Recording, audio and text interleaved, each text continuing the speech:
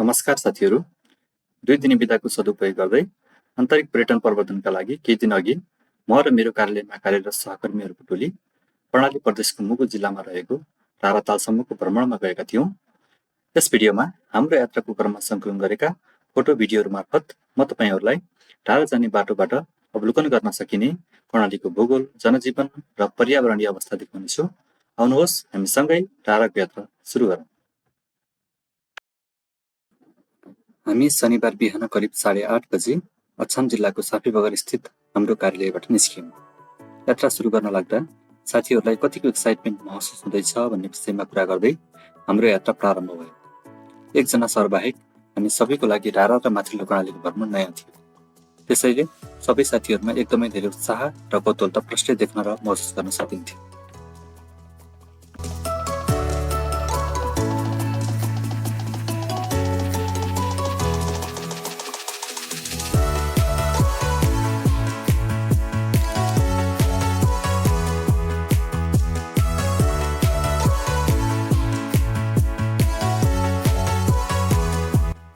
यही बेरमा हामीले बुढीगङ्गाको पक्की पुल पार गर्यौँ र नजिकै रहेको आइल स्टोरमा गई गाडीमा इन्धन भर्यौँ।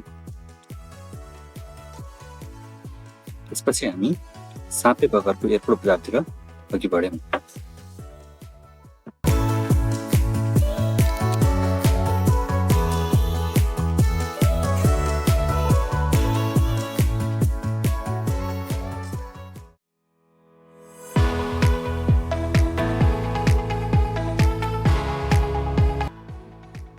बिहानको करिब 9 बज्न लागिसकेको हुँदा हामी सापेबगर बजारमा खाजा खानको लागि रोकियौँ। खाजा बन्न केही समय लाग्ने भएपछि म र उमङ्ग सर दारी मिलाउनको लागि हेयर सलुनतिर लाग्यौँ।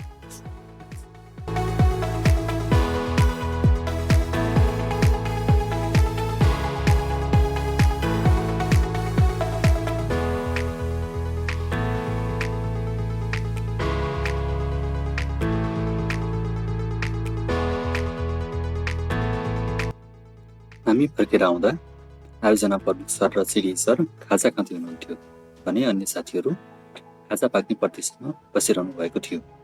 यही बेरमा सबैको लागि खाजा तयार भएपछि म लगायत हामी बाँकी सबैले खाजा खायौँ।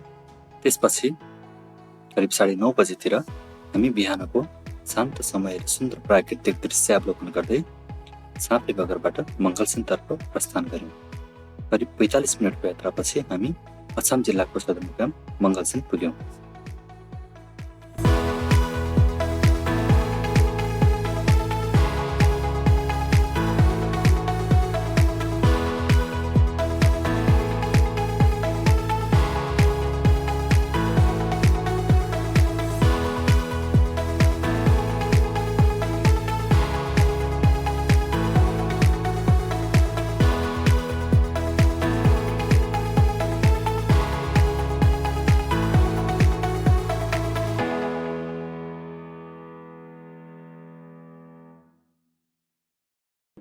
सापेबगरको गर्मीबाट तिर हिँडेका हामीहरूले मङ्गलसिंह पुगेसँगै महसुस हुने चिसो हावा र शीतल मौसमको आनन्द लिँदै सडक किनारका सुन्दर बोट बिरुवाहरू अनि घना जङ्गलको मनमोहक दृश्यहरू निहाल्दै मध्य पहाडी मार्गको यात्रालाई निरन्तरता दियौँ।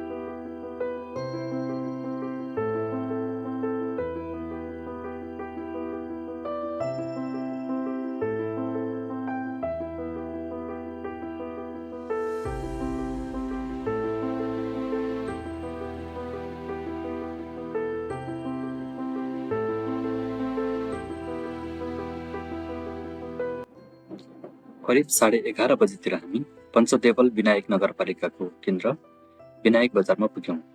त्यसपछि मध्य पहाडी लोकमार्गकै ओह्रालो बाटो पछ्याउँदै कर्णाली नदीतर्फ अघि बढ्यौँ।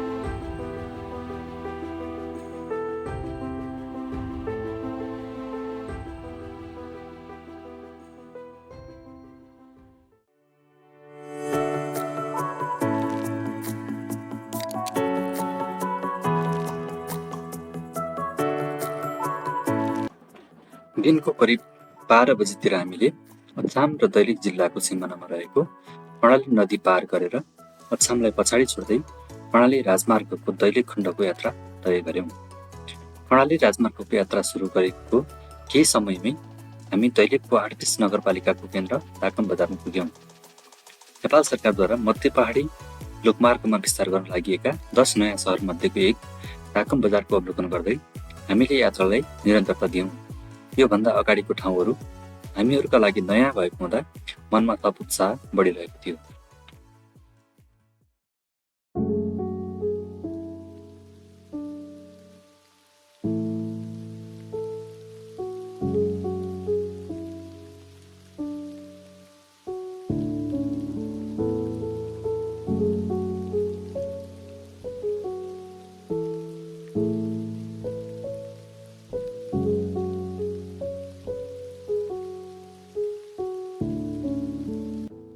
मन्द आवाजमा बगिरहेको कर्णाली नदी र नदी किनारका खेतहरूमा भर्खरै धान रोपिएका सुन्दर फाँटहरूको मनमोहक दृश्य हेर्दा हेर्दै कति छिट्टै दैलेख जिल्ला सकिएको पत्तै भएन।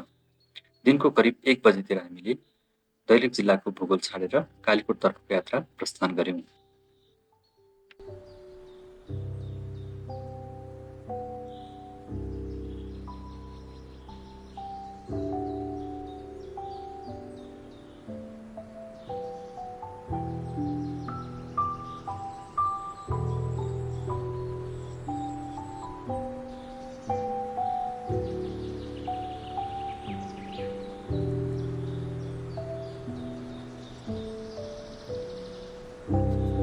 कालीकोट प्रवेश गरेको केही समयमै हामी कर्णाली र तिला नदीको सङ्गममा पुग्यौँ।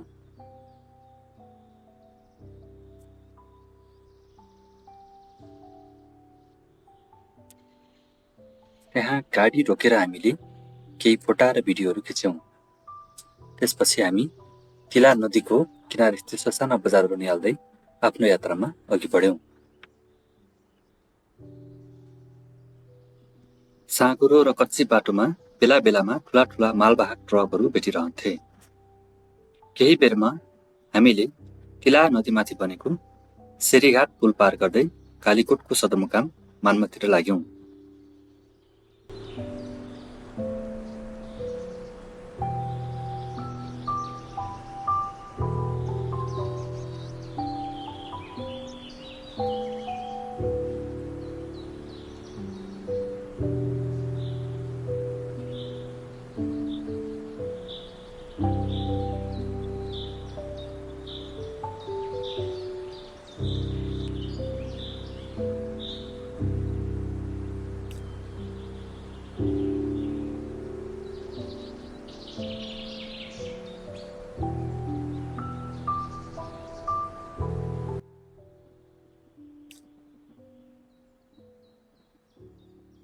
तिला पार गरिसकेपछि पेच बाटो देख्दा कच्ची बाटो र खाल्डाखुल्डीको कारण थकित हाम्रो शरीरलाई केही राहत हुने महसुस भइरहेको थियो।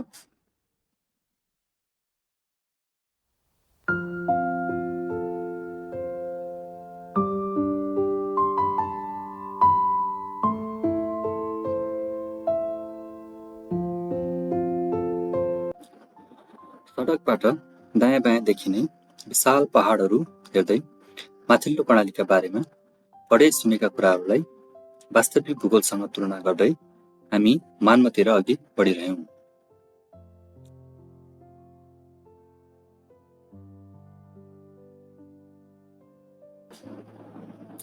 केही तलबाटै माथि डाँडामा देखिने मान्म बजारको सुन्दर दृश्यले कति बेला त्यो ठाउँमा पुगौँ भन्ने भइरहेको थियो। तर हेर्दा नजिकै देखिए पनि पहाडको घुमाउरो बाटोका कारण बजार पुग्न केही समय लाग्दो रहेछ।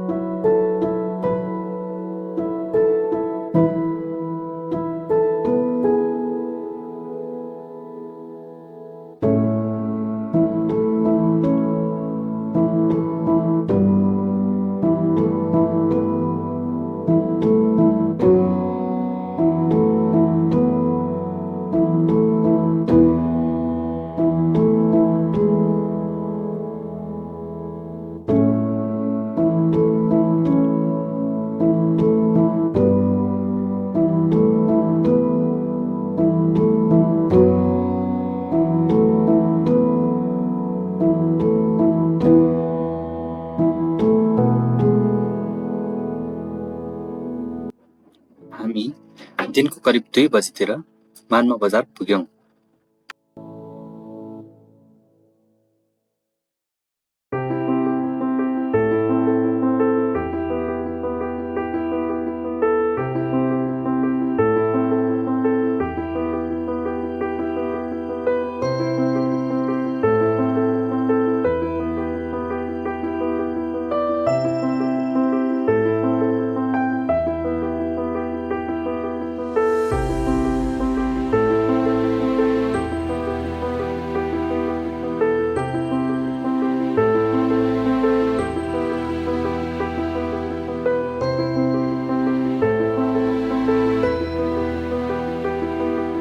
हामी मानमा पुगेर पहिले नै खानाको अर्डर दिइसकेको होटल स्विस बेलमा रोकियौं।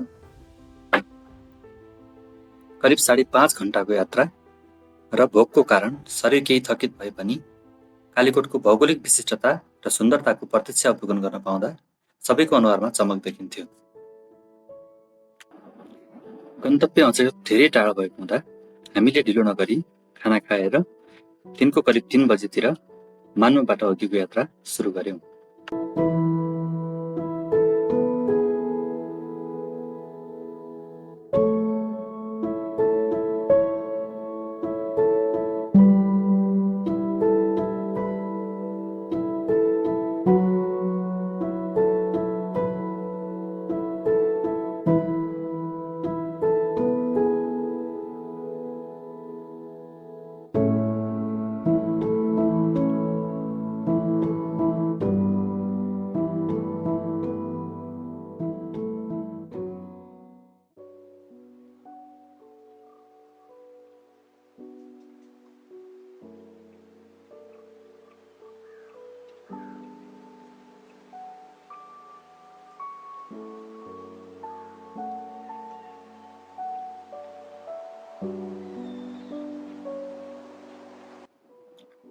तल खोजमा तिला नदी बगिरहेको थियो भने दायाँ बायाँ विशाल पहाडहरू देखिन्थे अनि तिनी विशाल पहाडहरूको बीचबाट काटिएको रहेछ कर्णाली राजमार्ग। बाटो जोखिमयुक्त भए पनि पक्की सडक भएको कारण हामीलाई यात्रा सहज नै लागिरहेको थियो।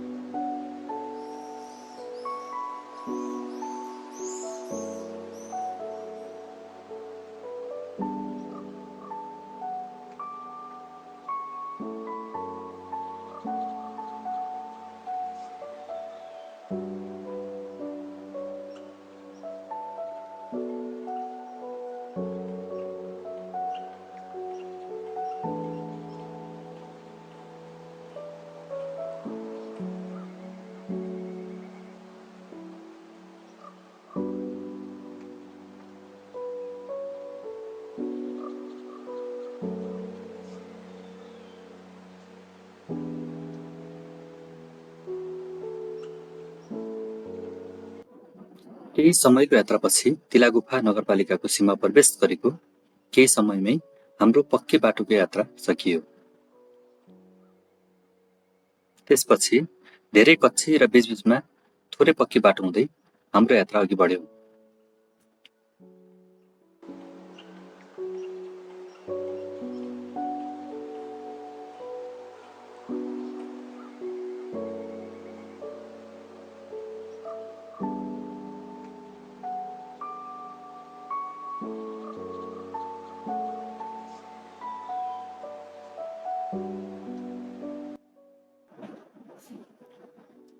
सडकको सिधा मुनिबाट तिला नदी आफ्नै गति र आवाजले एकनाससँग बगिरहेको थियो भने माथितिर बढ्दै जाँदा हावापानी र मौसमको स्वरूप पनि बिस्तारै परिवर्तन भई चिसो चिसो भइरहेको थियो।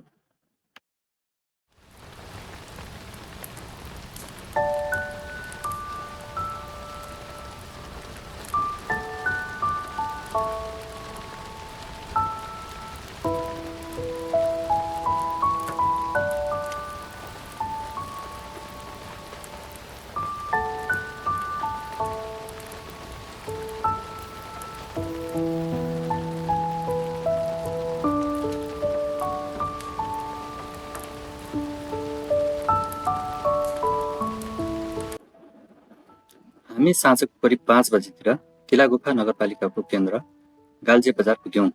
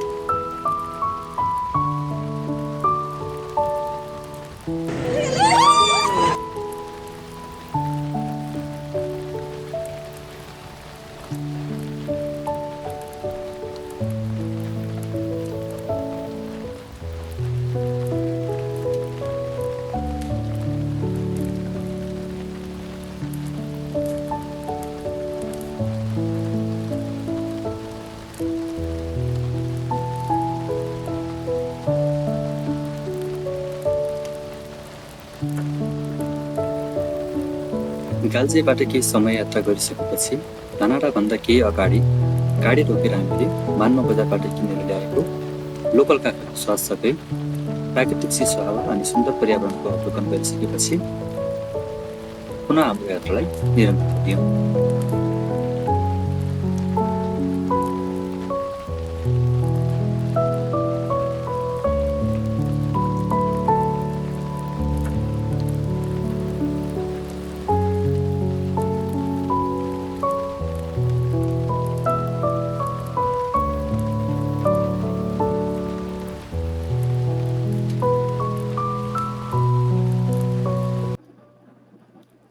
हामी साँझको करिब 6 बजे कालीकोट र जुम्ला जिल्लाको सिमाना नजिकै रहेको नागमा बजार पुग्यौं।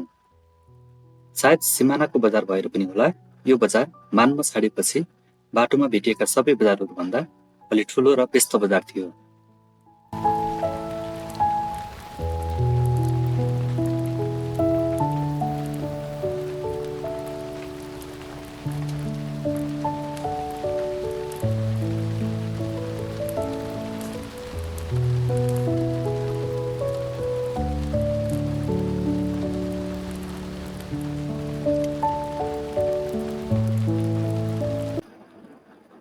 नागमुख बजारमा एकछिन गाडी रोकेर आई लभ कालीकोट लेखिएको फ्रेममा केही तस्बिर खिचाएर नजिकैको होटलमा चिया पिएपछि हाम्रो जुम्लातर्फको यात्रा प्रारम्भ भयो।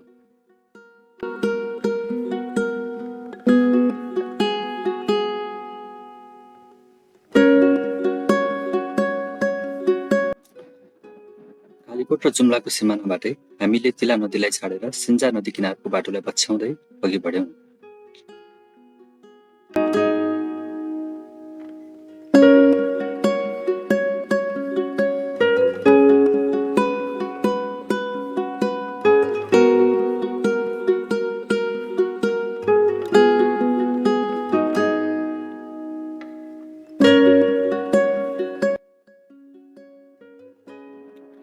बीचबीचमा सिन्जा नदीमाथि निर्मित कलात्मक काठका पुलहरू देख्दा आयोजना प्रमुख सरले हामीहरूलाई ती पुलहरूको संरचना र प्राविधिक पक्षहरू बारे बुझाउँदै गर्दा सबैले ध्यान दिएर सुनेका थियौं।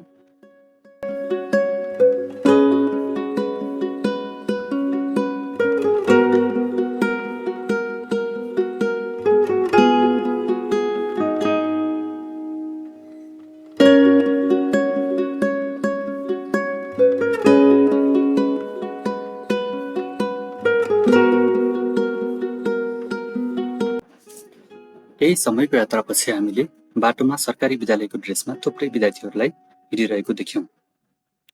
शनिबारको दिन पनि विद्यार्थीहरू त्यसरी ड्रेसमा किन हिँडिरहेका होलान् भनेर हामी बीच अड्कलबाजी सुरु भयो। बाटोमा हिँड्दै गरेका केही विद्यार्थीहरूलाई सोधेपछि थाहा भयो कि त्यहाँ विभिन्न विद्यालयहरूका विद्यार्थीहरूले शिव प्रदर्शनी जस्तै केही कार्यक्रम रहेछ। विद्यार्थीहरूमध्ये कसैले हलो जुवा त कसैले ढिकी जाँतो र ससाना नमुनाहरू लिएर हिँडिरहेका थिए। त्यो देख्दा हामी सबैले आफ्नो विद्यार्थी जीवनका दिनहरू सम्झ्यौं र आफ्नो अनुभवहरू एकअर्कालाई आदान प्रदान गर्दै अघि बढ्यौं।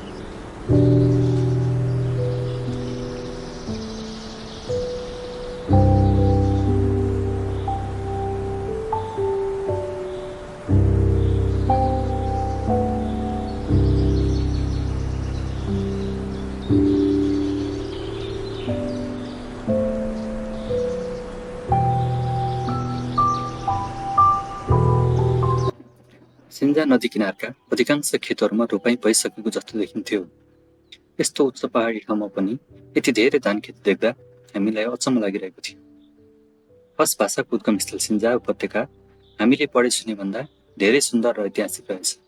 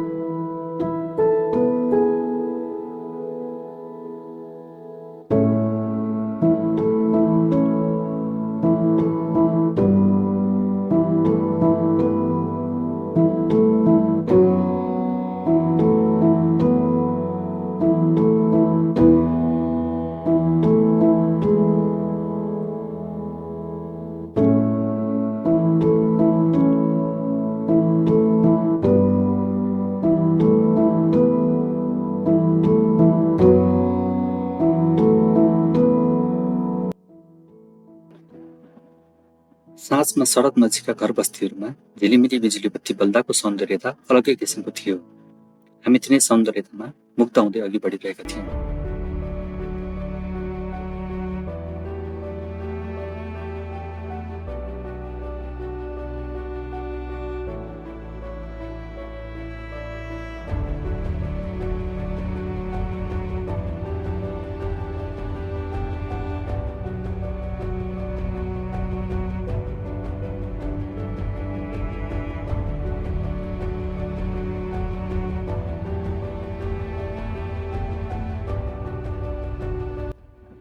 साँझको अँध्यारोले सिन्जा उपत्यकालाई छोप्दै आइरहेको कारण सबै भूभाग राम्रोसँग निहाल्न नपाए पनि फर्किँदा राम्रोसँग अवलोकन गर्ने बाचा गरी हामी अघि बढ्यौँ।